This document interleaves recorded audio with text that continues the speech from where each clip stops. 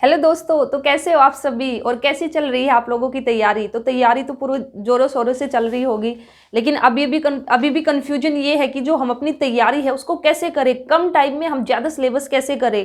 Time हमारे पास बिल्कुल भी नहीं है और सिलेबस हमारा इतना वास्ट है, तो कैसे हम 10-15 दिन में 20 दिन के अंदर ही अपना जो सिलेबस है उसको कंप्लीट करके और बिल्कुल अच्छे से रिवाइज करके और अपना जो एग्जाम है उसको क्वालिफाई कर ले। तो आज की इस वीडियो में आपकी सारी की सारी कंफ्यूजन दूर हो जाएगी और मैं आपको कुछ टिप्स और ट्रिक्स यहाँ पे बताऊंगी। अगर आपने इनको फॉलो किया तो डेफिनेटली आप कम टाइम में अपना जो सिलेबस है उसको कंप्लीट कर पाओगे।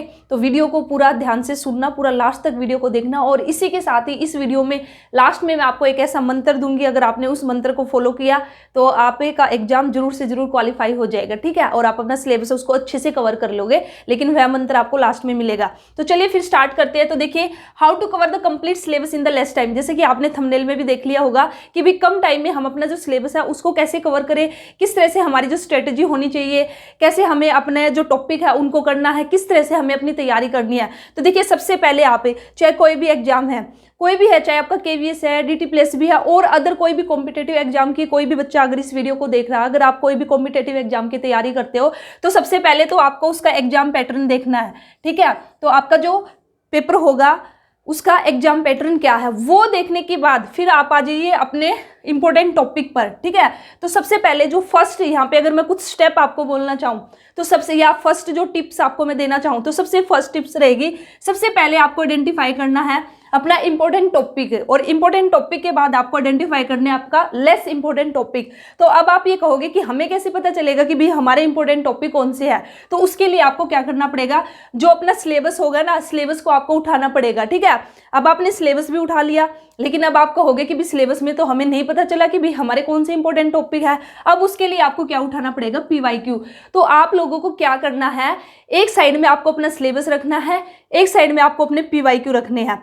पीवाईक्यू को आपको रीड करना है, जैसे आपने फर्स्ट क्वेश्चन रीड किया, उसके बाद फिर उसको सिलेबस के अंदर देखिए कि ये जो आपका क्वेश्चन है ये कौन से टॉपिक से पूछा गया है। फिर नेक्स्ट पीवाईक्यू, फिर सिलेबस से। तो जितने भी आपके पीवाईक्यू है उन सभी को जो आपके पास सिलेबस है उसमें मार्क करते चलना, ठीक है, कि भाई इस टॉपिक से हमारे क्वेश्चन आ रखे हैं। तो आपको जो पीवाईक्यू लेने हैं कम से कम 3 to 4 ईयर्स, 5 ईयर्स रहेंगे तो और अच्छी बात है, ठीक है। नहीं तो 3 से 4 साल के पीवाईक्यू उठाइए, साइड में अपना सिलेबस रखिए और फिर अपने पीवाईक्यू के अकॉर्डिंग जो सिलेबस है ना, जो सिलेबस रहेगा उस पर आप मार्क करते चलिए कि भाई ये हमारा इस टॉपिक में से भी क्वेश्चन आ रखा है, इट मीन्स ये हमारा इंपॉर्टेंट है, इस टॉपिक में से भी आ रखा है, ये हमारा इंपॉर्टेंट है। और कुछ टॉपिक आपको सिलेबस में ही ऐसे आइडेंटिफाई हो जाएंगे कि भाई जिनमें से आपसे क्वेश्चन नहीं पूछ रखे, इट मीन्स वे आपके क्या है, लेस इंपॉर्टेंट टॉपिक है। तो इसलिए आपको सबसे पहले क्या करना है, जो टॉपिक आपने सिलेबस के ऊपर मार्क कर लिए है तो सबसे पहले उन टॉपिक को आप कवर कीजिए। उन टॉपिक को कवर करने के बाद फिर सिलेबस के अंदर ही आप उन टॉपिक पर जाइए जहां से कभी कभार क्वेश्चन पूछा गया है या फिर बिल्कुल भी नहीं पूछा गया है। तो इस तरह से आप अपने सिलेबस को डिवाइड कर लोगे इंपॉर्टेंट टॉपिक और आपके लेस इंपॉर्टेंट टॉपिक है उसके बीच में, और फिर उसके अकॉर्डिंग आप अपनी क्या करोगे, तैयारी करोगे। फिर नेक्स्ट आपको क्या करना है, फिर आपको अपना प्लान बोले तो यहाँ पे आपका स्टडी प्लान आपको अपना बनाना है कि भाई आपका क्या स्टडी प्लान रहने वाला है, means to find the best study plan. या यहाँ पे मैं बोल सकती हूँ कि आपको अपनी जो डेडलाइन स्ट्रेटेजी है ना वो आपको अपनी तैयार करनी है, ठीक है। मीन्स आपको जो अपने गोल है ना वो सेट करने हैं कि भाई मुझे अभी मेरे पास सिर्फ 20 दिन है, मेरे पास 20 दिन है, तो 20 दिन को इस तरह से आपको पहले तो अपने जो टोटल आपके पास जो टाइम है उसके अंदर आप अपना जो सिलेबस है उसको डिवाइड कर लीजिए कि 20 दिन के अंदर मुझे ऐसे ऐसे करना है। फिर आपको अपना पर डे, ठीक है, एक दिन का अपना जो प्लान आप बनाओगे, स्टडी प्लान बनाओगे, तो आपको अपना गोल सेट करना है एक दिन के लिए कि भाई आज मुझे ये टॉपिक है ना ये मुझे कवर करने हैं। और यहाँ पे प्लान बनाने का मतलब क्या है कि भी रात को सोने से पहले कल के लिए पूरा प्लान तैयार कर लो। ये नहीं कि भी आज आप सोचोगे, ठीक है, आज आप रात को बेड पे जाओगे, सोने से पहले आप एक पेपर पेन उठाइए और पेपर पर कल के लिए आप अपना जो गोल है उसको सेट कीजिए कि मुझे ये टॉपिक करने, मुझे इतने चैप्टर करने हैं, मुझे कॉमन पेपर के इतने चैप्टर करने हैं, मुझे मेरा जो सब्जेक्ट है उसके इतने चैप्टर करने हैं। तो उसके बेस पर क्या कीजिए, आप अपना जो प्लान है उसको तैयार कीजिए। तो प्लान तैयार करना ही सफिशिएंट नहीं है, उसको फॉलो भी करना है, ठीक है। आपने पेपर पेन पे लिख तो लिया है, लेकिन नेक्स्ट डे 5 बजे का आपने, जैसे आपने 5 बजे का अलार्म लगाया, ठीक है, 5 बजे अलार्म आपका बजा, तो आपने क्या किया, चल यार थोड़ा सा आधा घंटा और सो लेता हूँ, फिर आपने उसको बंद कर दिया। आधे घंटे के लिए आपने 5:30 बजे का अलार्म लगा दिया, फिर उसको फिर बंद कर दिया, फिर आपके 6 बज गए। आपको ऐसा नहीं करना है।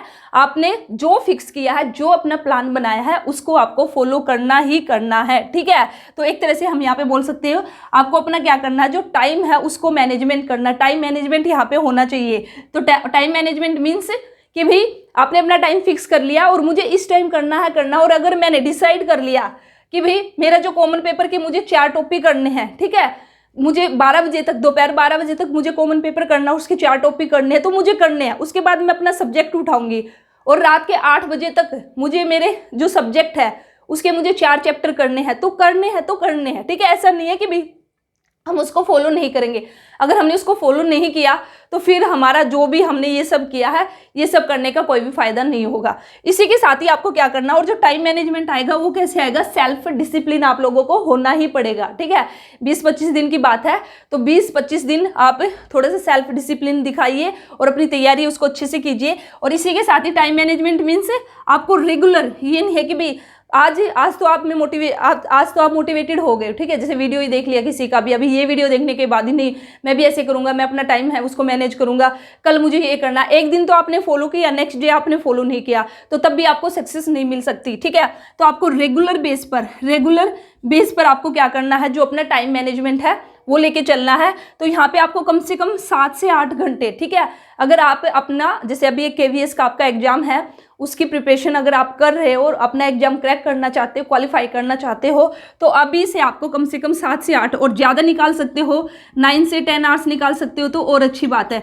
नहीं तो कम से कम 7 से 8 घंटा आप रेगुलर आप निकालिए और उसको भी आप डिवाइड कीजिए अपने कॉमन पेपर में और अपने सब्जेक्ट में, कि भाई मुझे 3 घंटा, कम से कम 3 आवर्स तो मुझे कॉमन पेपर को देने हैं। और अगर आपने 7 घंटे निकाल लिए हैं और मुझे 4 घंटे किसको देने हैं, अपने सब्जेक्ट को देने हैं। तो इस तरह से आपको क्या करना है, जो अपना टाइम है उसको मैनेज करना है। इसी के साथ ही जो 4th टिप्स है वो क्या है, रटना नहीं है, समझना है। आप जो भी टॉपिक करते हो उसको रटना बिल्कुल भी नहीं है। अगर आपने रट लिया तो वो थोड़े टाइम के लिए तो आपको याद रहेगा, लेकिन 1 घंटे बाद ही उसका आप 40% भी आप याद नहीं रख पाओगे। तो इसलिए हर एक टॉपिक को बिल्कुल आपको जो कॉन्सेप्ट है उसको समझकर आपको करना है, रटना बिल्कुल भी नहीं है।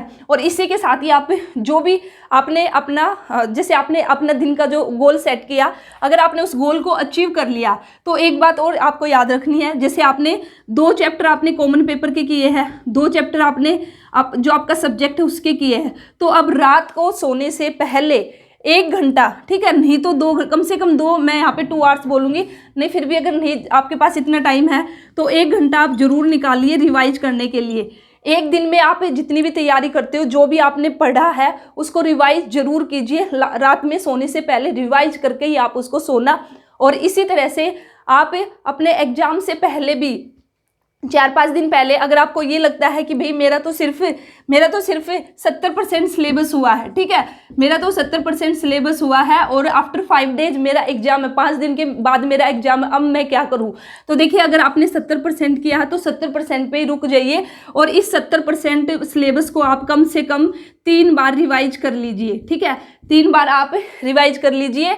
और बाकी का 30% अगर बचता है तो कोई बात नहीं, आप 70% करके भी, लेकिन इसको 3 बार रिवाइज कीजिए। और इसी के साथ ही PYQ जो मैं बार बार आपको बोलती हूँ, और जो मॉक टेस्ट है, प्रैक्टिस है, वो इन 5 दिनों में आप अपनी प्रैक्टिस कीजिए, PYQ कीजिए, मॉक टेस्ट लगाइए और अपना जो रिवीजन कीजिए। इस चक्कर में मत रहना कि नहीं 5 दिन है, अभी तो मैं पहले अपना जो 100% सिलेबस है ना उसको कंप्लीट करूंगा और उसके बाद मैं फिर देखता हूं। तो फिर बच्चों के साथ क्या होगा, कुछ बच्चे ऐसे होंगे जो 100% सिलेबस कंप्लीट कर लेंगे, लेकिन वे एक बार भी रिविजन नहीं करते हैं और जब वे पेपर में बैठते हैं तो फिर वहाँ पे वे कन्फ्यूजन में रहते हैं।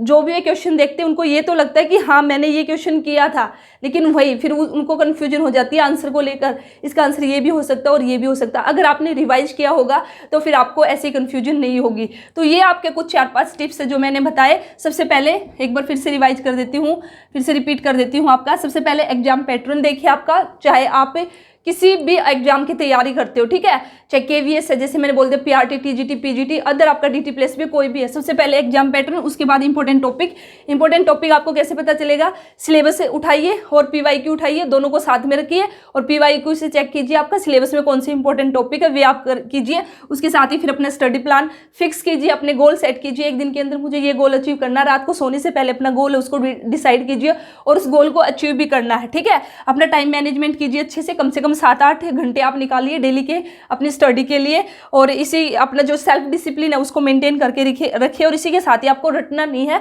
समझकर आपको करना है और जितना हो सके उतना रिवाइज कीजिए। और लास्ट में जो मैंने आपको बोला था एक मंत्र, देखिए कोई इसको अंधविश्वास भी बोल सकता है, आप चाहे कुछ भी बोलना, लेकिन आप इसको फॉलो करके देखना। रात को जैसे आपका सोने का टाइम होगा, बेड पे आप जाओगे, तो ये सब आपने करने के बाद बस आपको 7 बार, 11 बार या 21 बार आपको ये भी बोलना है कि नहीं, मुझे अब की बार अपना एग्जाम निकालना है और मैं निकाल कर रहूँगी, ठीक है, या निकाल कर रहूँगा, मुझे क्रैक करना है। तो 7, 11, 21 बार, जैसे भी आपका जितने भी बार मन करे, आप लेटे लेटे भी आपको बस यही बोलते आप सो जाइए।